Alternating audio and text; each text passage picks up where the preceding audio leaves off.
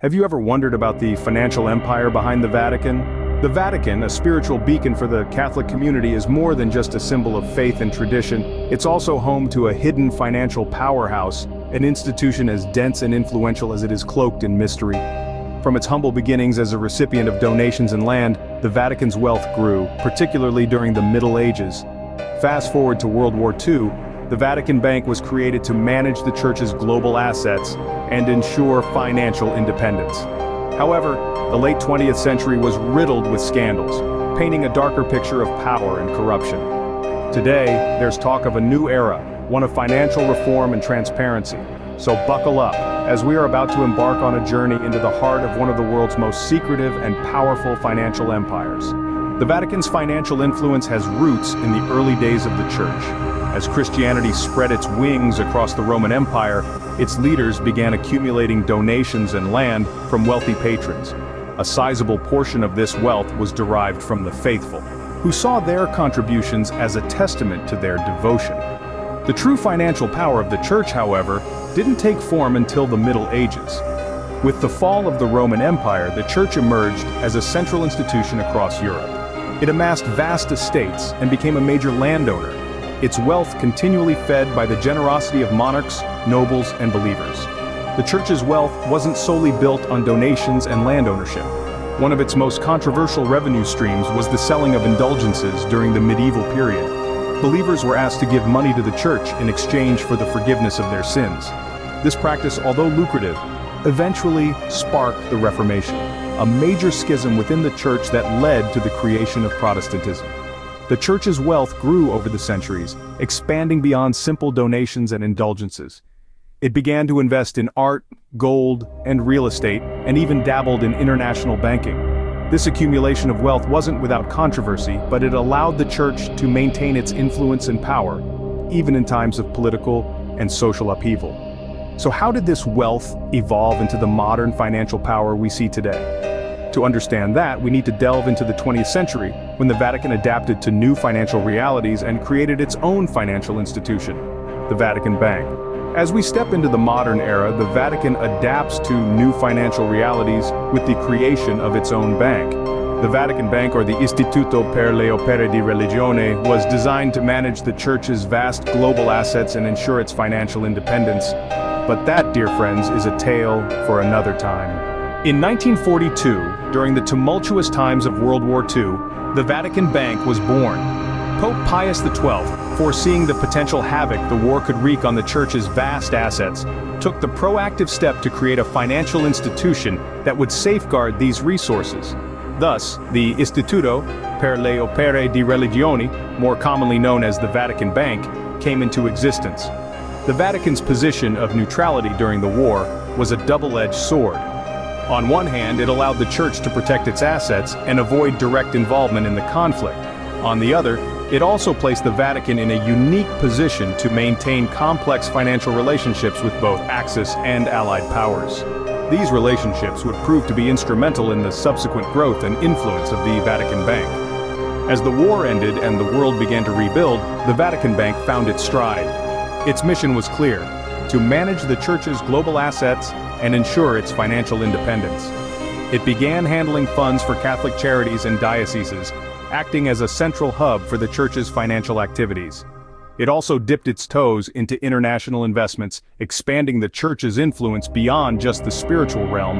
But as the Vatican Bank grew in prominence, so did the scrutiny it faced. Its operations were shrouded in secrecy, and its dealings often raised more questions than answers. The Church, historically associated with faith and goodwill, now found itself at the helm of a powerful financial institution. The responsibilities were immense, and the challenges even more so. Yet the Vatican Bank's journey wasn't all smooth sailing, as it soon found itself mired in controversy. The very institution created to protect the Church's assets would become a source of scandal and suspicion, but that's a story for another time. Despite its mission of religious stewardship, the Vatican's financial history is marred with controversy.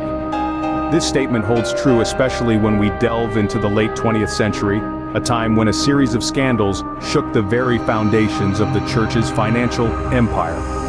The Vatican Bank, which was initially established to protect and manage the Church's assets, found itself implicated in a number of money laundering schemes.